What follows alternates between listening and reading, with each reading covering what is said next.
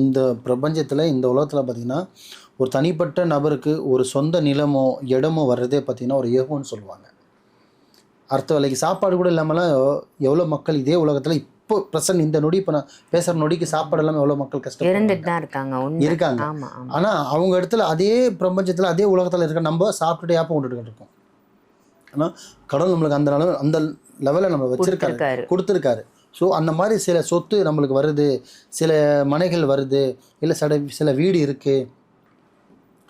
கஷ்டப்பட்டு வாங்கணும்னு நினச்சி வாங்காமல் இருக்கிறது ஒரு விதமாக. இதை விட நான் பேச போகிறது பார்த்திங்கன்னா வாங்குறத பற்றி இல்லை, விற்கிறத பற்றி மட்டும்தான் பேசுகிறேன். ஏன்னா ஒரு வகையில் வாங்குறது கூட ஈஸி தான். ஏன் சொல்லுங்கள், மார்க்கெட்டிங் பண்ணி ஏதோ ஒன்று தள்ள கட்டுவானுங்க, சம்மந்தமே இல்லை தள்ள கட்டுவானுங்க. இங்கே பிரிட்ஜு வருது, பைபாஸ் வருது, ஃப்ளைட் வந்து இங்கே இறங்க போகுது, ஹெலிகாப்டர் வர போகுது சொல்லிட்டு ஏதோ ஒன்று தள்ள கட்டுவானுங்க. இதான் உண்மை. ஆமாம், மார்க்கெட்டிங் எவ்வளோ இருக்குது. நான் அவங்கள தப்பு சொல்ல முடியாது, ஒருத்தரும் ஒரு விதம். ஸோ அது ஒன்றும் பண்ண முடியாது. ஆனால் இங்கே வந்து பார்த்திங்கன்னா இப்போ ஒரு சொத்து இருக்குது, ஒரு என்னோடய வீடு இருக்குது. இந்த வீடு வந்து நான் 10 வருஷமாக விற்க ட்ரை பண்ணுறேன், அதனால் விற்க முடியல.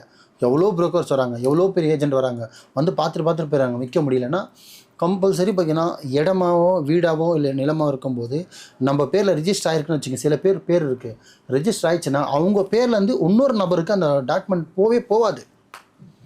எப்படி டைம் நல்லாயிருக்கும், வாங்குறவனுக்கும் டைம் நல்லாயிருக்கும், விற்கிறவனுக்கும் டைம் நல்லாயிருக்கும், கட்டம் சூப்பராக இருக்கும், சக்கரம் நல்லா சுற்றிக்கிட்டு இருக்கும், ஆனால் விற்க முடியாது. சீக்கிரத்தில் இந்த மண் இவன் பேரை விட்டு போகாது. அந்த மாதிரியெல்லாம் இன்றைக்கும் நானே விற்க முடியாமலாம் சில வச்சுருக்கேன்.